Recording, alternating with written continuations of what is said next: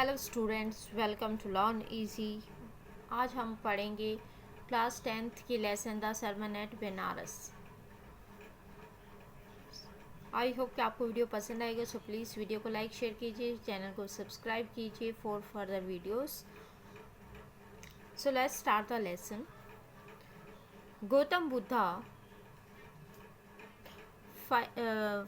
जिनका time period था 563 BC to 483 BC, क्योंकि BC में जो समय होता है वो कम दिखाया जाता है, जिसका लेकिन समय बढ़ता है, लेकिन ये थोड़ा सा उल्टा चलता है लिखने में।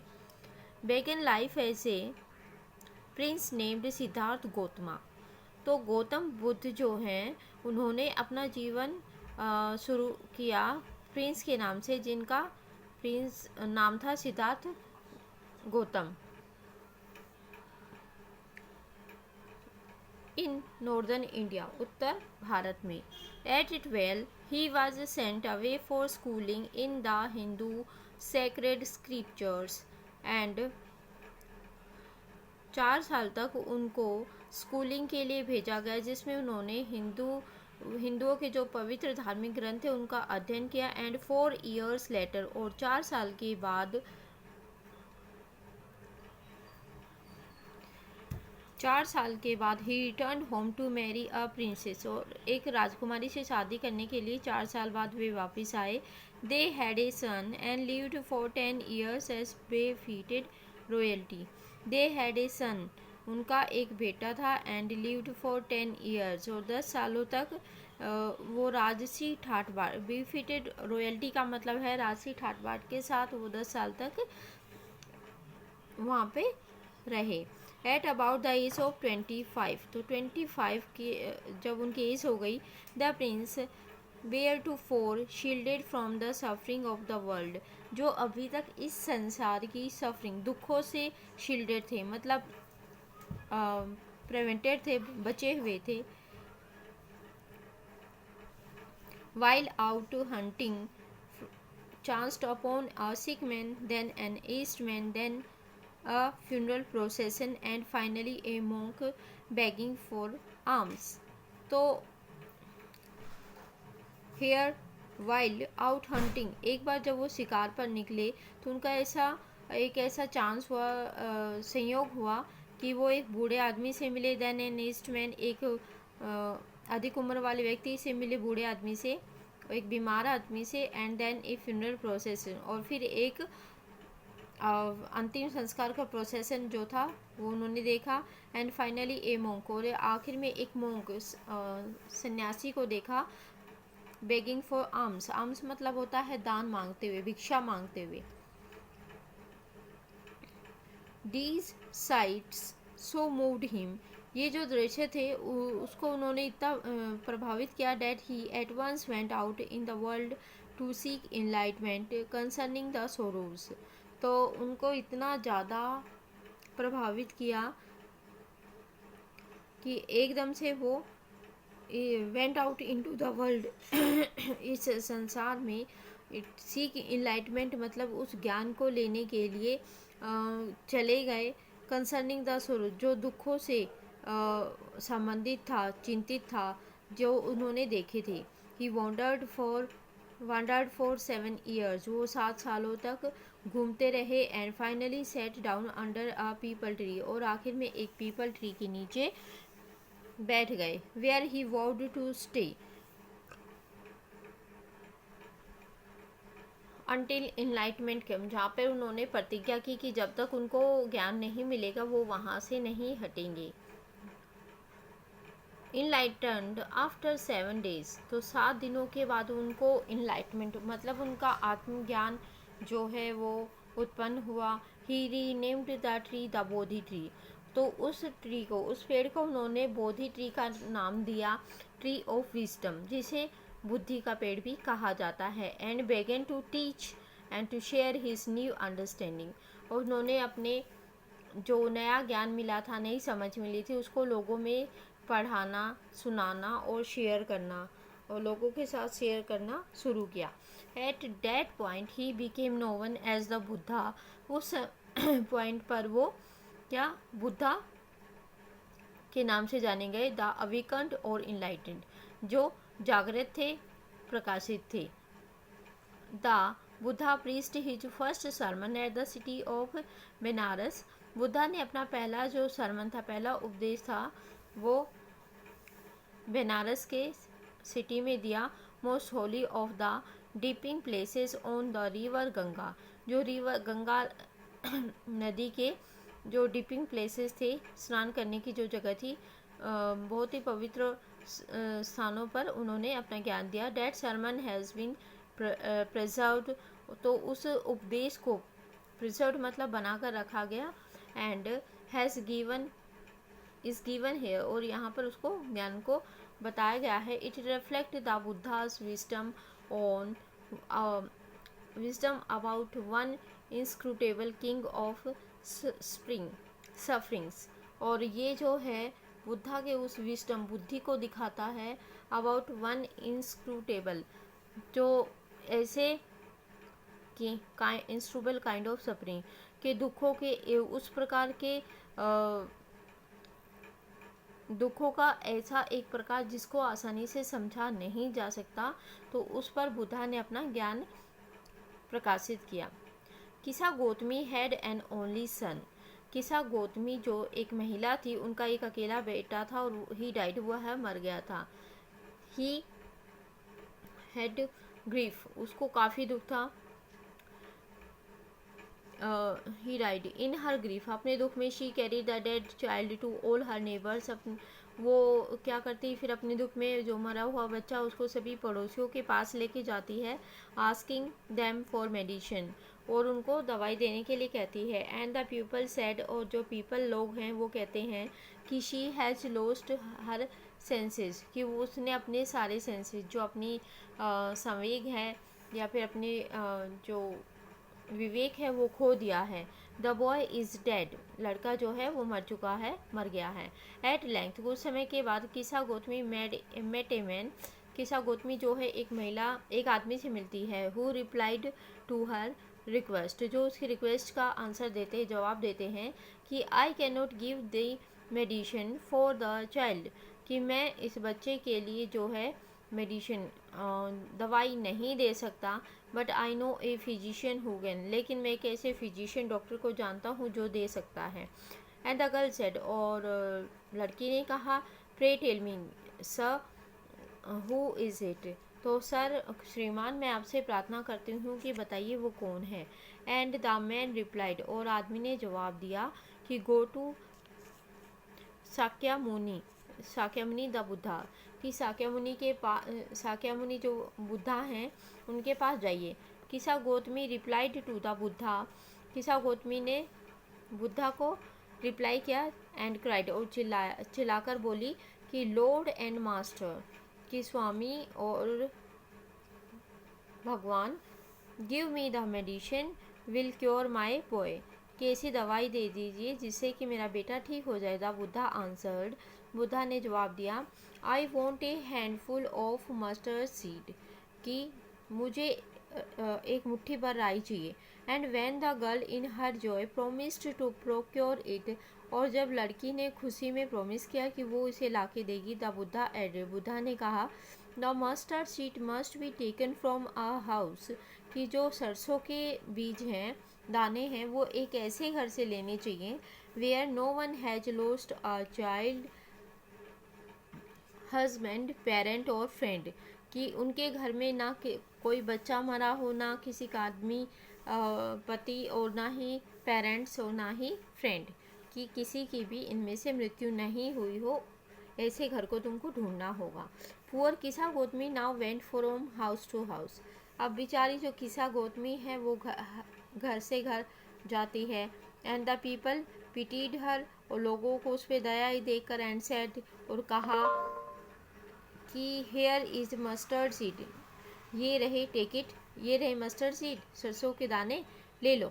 बट वैन शी आस्ट, लेकिन जब उसने पूछा कि डिड ए सन और ए डॉटर, ए फादर और a mother die in your family, कि कोई बेटा बेटी या माता पिता तुम्हारे परिवार में मरे हैं, तो दे आंसर, तो उन्होंने कहा, अल्लाह द लिविंग आर फ्यू, मतलब हाँ हाँ ये तो, कि जो जीवित व्यक्ति हैं वो बहुत कम है, but the dead are many, लेकिन मरने वाले ज़्यादा हैं। Do not remind us of our deepest grief, हमें हमारे जो गहरा दर्द है उसके बारे में मत याद दिलाओ। And there was no house, और वहाँ पर कोई हाउस भी नहीं था, ऐसा कोई हाउस नहीं था, घर नहीं था।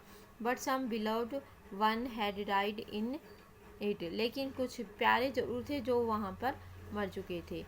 किसा Gautami became weary and hopeless, अब किसा गौतमी थक चुकी थी और होपलेस हो चुकी थी।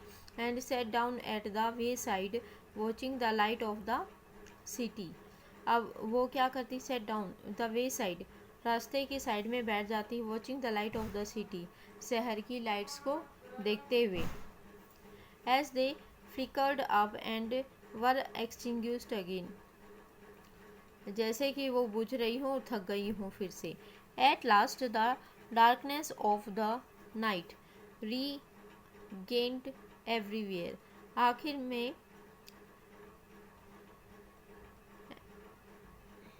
At last they the darkness of the night reigned everywhere, मतलब जो रात का अंधेरा था वो हर जगह छा गया था। And she considered the fate of man, और इसी तरह वो मनुष्य के भाग्य को भी समझ गई थी। That their lives flicker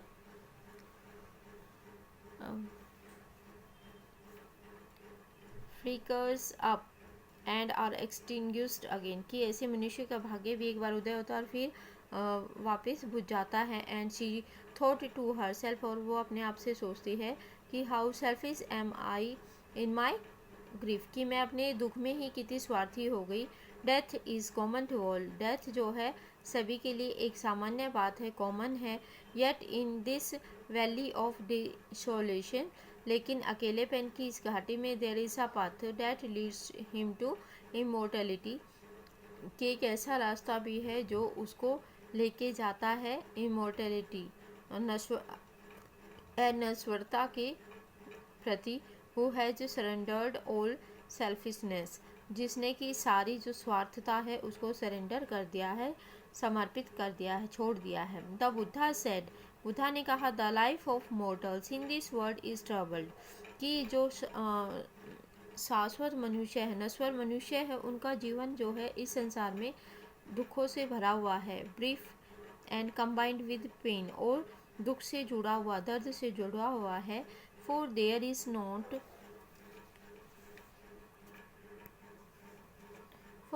not any means by which those who have been born can avoid dying, तो there is not any means, कोई ऐसा रास्ता नहीं है, बाय विच जिसके द्वारा those that have been born, जो पैदा हुए हैं वो अपने मरने को टाल सकें। After reaching old age there is death, तो बूढ़ी अवस्था में जाने के बाद देयर इज डेथ, वहाँ मृत्यु ही रहती है।